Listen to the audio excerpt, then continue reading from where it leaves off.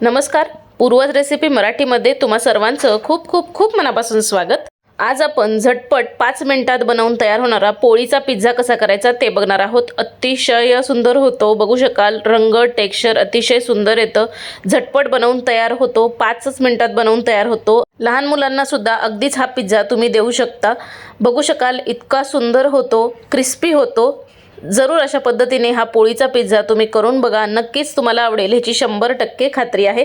अजूनही चॅनलला सबस्क्राइब केलं नसेल तर आवर्जून जाऊन चॅनलला सबस्क्राइब करा। पटकन रेसिपीला सुरुवात करूया। तर इथे एक मी पोळी घेतलेली आहे। तुम्ही इवन इथे रात्रीच्या पोळीचा किंवा शिळ्या पोळीचा सुद्धा वापर करू शकता।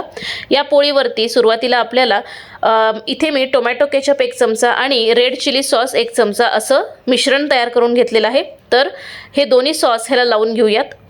त्यानंतर हा सॉस ह्याला लावून झाला की इथे मी प्रोसेस चीजचा वापर केलेला आहे। तुम्ही मोझरेला चीजचा वापर केला तरी सुद्धा चालणार आहे।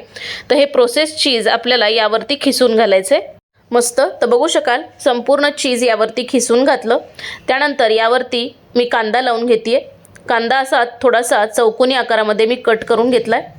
तर यावरती टॉपिंगसाठी इथे मी कांद्याचा वापर केलेला आहे।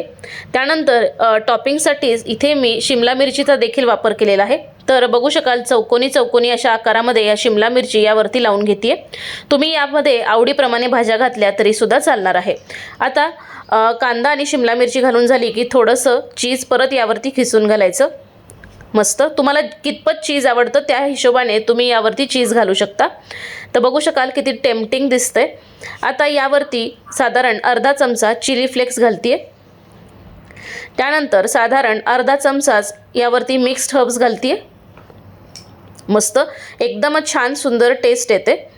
आता बघू शकाल टॉपिंग्स आपण घालून झालेले आहेत, चीज किसून झालेला आहे आणि बघू शकाल हा पिझ्झा काय सुंदर इथे दिसतोय। तर आता हा पिझ्झा आपण सरळ सरळ तव्यावरती घालून घेणार आहोत, तव्यावरती बेक करणार आहोत। तर थोडंसं मी इथे खाली क्रिस्पी होण्यासाठी साधारण अर्धा चमचा तेल घातलं। त्यावरती हा पोळीचा पिझ्झा यावरती ठेवून घेतला।